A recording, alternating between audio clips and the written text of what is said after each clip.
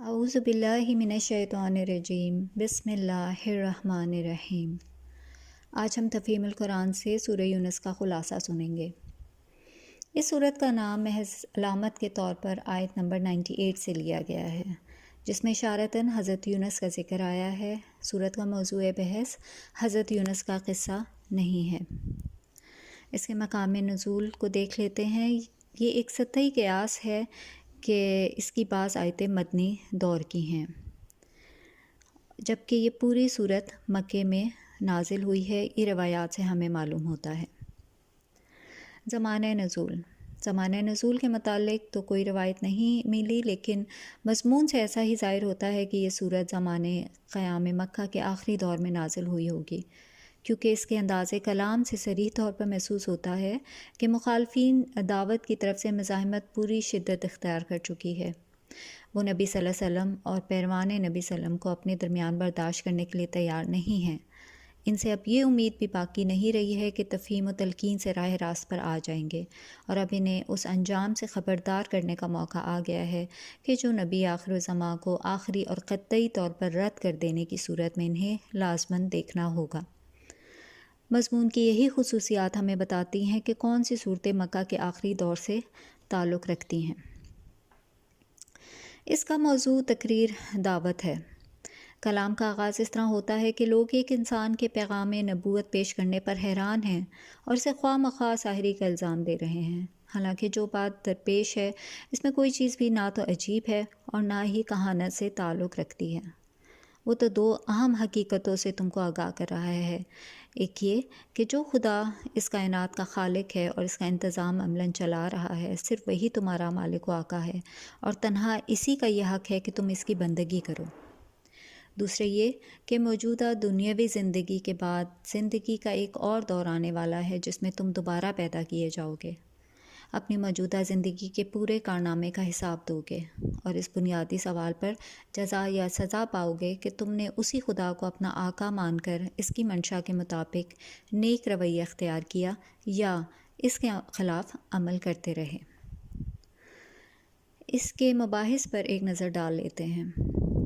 وہ دلائل جو توحید ربوبیت اور حیات اخروی کے باب میں ایسے لوگوں کو عقل و ضمیر کا اطمینان بخش سکتے ہیں جو جاہلانہ تعصب میں مبتلا نہ ہوں، ان غلط فہمیوں کا ازالہ اور ان غفلتوں پر تنبیہ جو لوگوں کو توحید اور آخرت کا عقیدہ تسلیم کرنے میں مانع ہو رہی تھی یا پھر ہمیشہ سے ہوا کرتی تھی، ان شبہات اور اعتراضات کا جواب جو محمد کی رسالت صلی اللہ علیہ وآلہ وسلم اور آپ صلی اللہ علیہ وسلم کے لائے ہوئے پیغام کے بارے میں پیش کیے جاتے تھے۔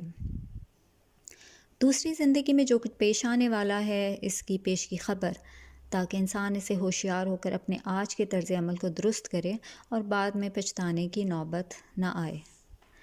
اس امر پر تنبیہ کہ دنیا کی موجودہ زندگی دراصل امتحان کی زندگی ہے، اور اس امتحان کے لیے انسان کے پاس بس اتنی ہی مہلت ہے جب تک وہ اس دنیا میں سانس لے رہا ہے۔ ان کھلی جہالتوں پر اشارہ جو لوگوں کی زندگی میں صرف اس وجہ سے پائی جا رہی تھیں کہ وہ خدائی ہدایت کے بغیر جی رہے تھے۔ اب اس سلسلے میں ہم دیکھتے ہیں کہ نوح علیہ السلام کا قصہ مختصر ہے اور موسیٰ علیہ السلام کا قصہ ذرا تفصیل کے ساتھ بیان کیا گیا ہے، جن سے 4 باتیں ذہن نشین کرنی مطلوب ہیں۔ اول یہ کہ محمد صلی اللہ علیہ وآلہ وسلم کے ساتھ جو معاملہ تم لوگ کر رہے ہو وہ اس سے ملتا جلتا ہے جو نوح اور موسیٰ علیہ السلام کے ساتھ تمہارے پیش رو کر چکے ہیں، اور یقین رکھو کہ اس طرز عمل کا جو انجام وہ دیکھ چکے ہیں وہ تمہیں بھی دیکھنا پڑے گا۔ دوسرا یہ کہ محمد صلی اللہ علیہ وآلہ وسلم اور ان کے ساتھیوں کو آج جس بے بسی و کمزوری کے حال میں تم دیکھ رہے ہو اسے کہیں یہ نہ سمجھ لینا کہ صورتحال ہمیشہ یہی رہے گی۔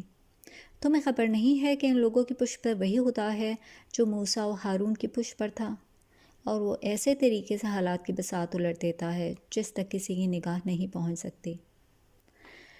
پھر یہ کہ سنبھلنے کے لیے جو مہلت خدا تمہیں دے رہا ہے اسے اگر تم نے ضائع کر دیا اور پھر فرعون کی طرح خدا کی پکڑ میں آ جانے کے بعد عین آخری لمحے پر توبہ کی تو معاف بھی نہیں کیے جاؤ گے۔ پھر یہ کہ جو لوگ محمد صلی اللہ علیہ وآلہ وسلم پر ایمان لائے تھے وہ مخالف ماحول کی انتہائی شدت اور اس کے مقابلے میں اپنی بیچارگی دیکھ کر مایوس نہ ہوں، اور انہیں معلوم ہو کہ ان حالات میں ان کو کس طرح کام کرنا چاہیے۔ آخر میں اعلان کیا گیا ہے کہ یہ عقیدہ اور یہ مسلک ہے جس پر چلنے کی اللہ نے اپنے پیغمبر کو ہدایت کی ہے۔ اس میں قطعاً کوئی ترمیم نہیں کی جا سکتی۔ جو اسے قبول کرے گا وہ اپنا ہی بھلا کرے گا، اور جو اس کو چھوڑ کر غلط راہوں میں بھٹکے گا وہ اپنا ہی کچھ بگاڑے گا۔ وآخر دعوانا ان الحمد للہ رب العالمین۔